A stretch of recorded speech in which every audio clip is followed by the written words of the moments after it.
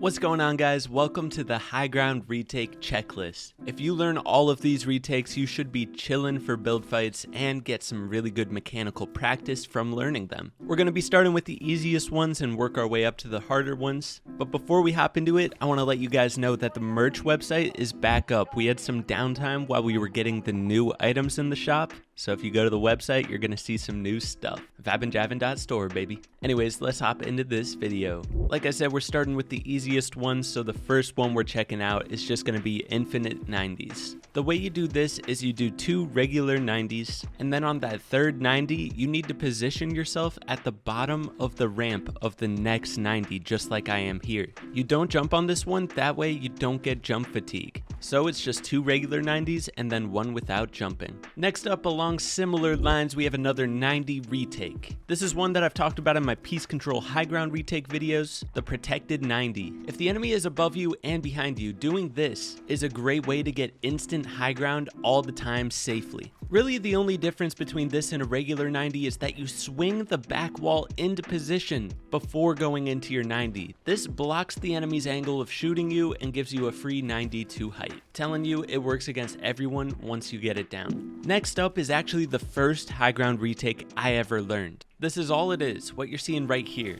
This is a good stepping stone if you're new to high ground retakes. It can lead into some more complicated ones that we're going to talk about later in this video. So the way you do this retake is first you do double ramps, a ramp above and below you, and then you put 2 cones on top of your ramps. Then you can go out either side and you place a ramp, a floor, and a ramp, and then edit through. That retake and this next one are very similar, as you can see. You should practice both of these just so you can get in the habit of placing this ramp, floor, ramp in various different situations. When you finish double editing through the floor and cone here, you just ramp, floor, ramp out the side just like in the last retake. Next up is another really easy one. It's just a 180, but it's very protected, and it can lead into some nice piece control opportunities. So it starts out where you're just double ramping and you place the cones above you. From there, you turn out either side, place a wall behind your ramp and a wall to the side you're turning out, and then ramps and cones on top of the ramps. From there, you have a lot of options on things you can do. Next up is another method for 180ing. As you can see, you double edit through your floor and cone, place a wall behind you and off to the side, and then just ramp up with a cone on top. Next up, we're going to get into some various forms of side jumps. If you're not very good at side jumps, I recommend starting with the basic, just land on a floor. Then land on a floor with the ramps behind you. Those are the basics, and then we get into the more advanced ones that everybody needs to know. First we're talking about is this, the elevated side jump. On an elevated side jump, you land on top of your ramp, so it pushes you up 1 extra layer. When you actually do the side jump here, you need to first place the floor and then the ramp. It's really all about the jump though, getting that jump down so that you land at the back of the ramp. That's the hardest part about it, but with enough practice, you'll get the muscle memory down. The next step to make this even better is to place walls above your cone before taking the jump. That way, if somebody's holding an angle above you when you take the side jump, the walls will block their shot. Another form of the elevated side jump looks like this, where you land at the bottom of the ramp but you place the ramp facing a different direction. This is a good thing to do if the enemy's ramping up in front of you to get you up an extra layer and gain that elevation. Similar to the last one, you can practice placing walls through the cone. Now the last side jump we're going to be taking a look at, and probably the most useful one out of all of them, is the high wall. High walls are a way to piece control somebody 2 layers above you with 1 move. When doing the side jump, you immediately place walls way above you and then catch yourself with a floor. By placing those walls way up high, it gives you piece control on the enemy when they're above you. You can build up to those walls and piece control through them and potentially get your enemy boxed. At this day and age, most champs arena players are going to be using these in every fight, so you should definitely learn it. Next up, we have a really sneaky move that throws a lot of people off. I call it the cone drag retake. This retake, like most, starts out with a double ramp and cones on top. You can go out either side in this retake and you drag cones way behind you. Then you catch yourself on a wall and ramp, and then you can side jump after to gain some extra elevation. Dragging that cone sometimes blocks off the enemy's path and gives you free high ground. And what you saw right there is an even better way to do it. When doing the elevated side jump here, you can land on the far left of the ramp, which puts you in a perfect position to do a 90 afterwards and get you up 1 extra layer in the same amount of time.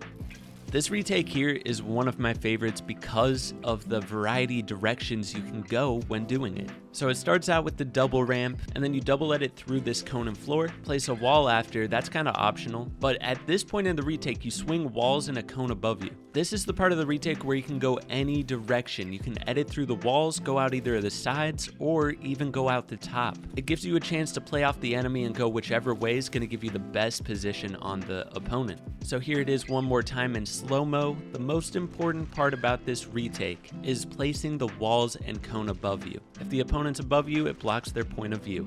Next up, we're getting into ramp flipping with retakes. This can be used in so many situations, so getting the muscle memory down for doing a ramp flip is crucial. You can see that in the middle of that retake, I flipped my ramp to the side to get up layers. So this one specifically starts out with the double ramp and cones on top, and then you flip this ramp above you. From there, you should place walls above you, edit through the cone, and yeah, that's a retake on its own right there. But the main thing we're looking at is the ramp flipping technique. Here's another situation you can use it. You can see we're kind of starting to combine some of the retakes we've learned today. So it starts out with that ramp floor ramp retake we talked about earlier, but after editing through the floor, you place a wall in front of you and a cone above you. Then you flip the ramp and you can side jump out the side, edit through the cone above you. You have multiple options. All in all, learning this ramp flip technique is pretty tough, but it's very useful in many situations. Getting the muscle memory down of flipping ramps like that can get you out of tough situations in endgame, give you free high ground in a lot of situations in fights. It's just a good skill to have.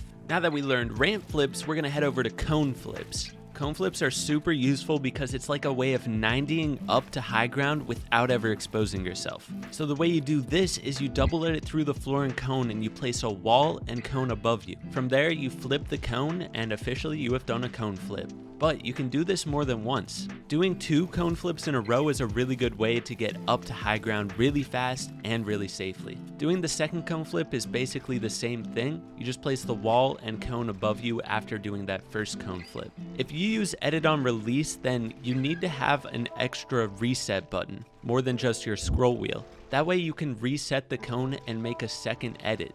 I use the right mouse button as my second reset bind, and that's how I'm able to do cone flips with edit on release. Now the last retake we're going to be taking a look at is one of my favorites because you can do it forever. I've called this retake the spinning high walls in previous videos. You can start this retake in many different situations. Here's one way. You just do the 180 retake we talked about at the start of this video with the high wall and cone on top. From there, you can do a ramp floor ramp out the side. And here's the trick. When you edit through the floor, you place a wall in front of you and a cone above you. And then you do a 180 and spin out the side and place the walls and a cone on top. And from there, you can just keep on doing this on repeat for as long as you want. And you give yourself so many piece control opportunities by placing those high walls and cones. Every time you do that, you might have an opportunity to piece up the opponent. So when you learn all those retakes, you have so many different moves in your arsenal and so many different ways you can handle build fights. So what I recommend doing after you've learned a bunch of these retakes is just start combining them all into one long free build. Every new retake you learn, you gain a little bit more mechanical skill. I have more advanced retake tutorials on my channel. They're called the Piece Control High Ground Retake videos. Some of those retakes were in this checklist, but there's more out there. I hope this video helped some of you out. If it did, be sure to hit that like button, sub if you're new. Use code JivanTV, and I'll catch you in the next one. Peace.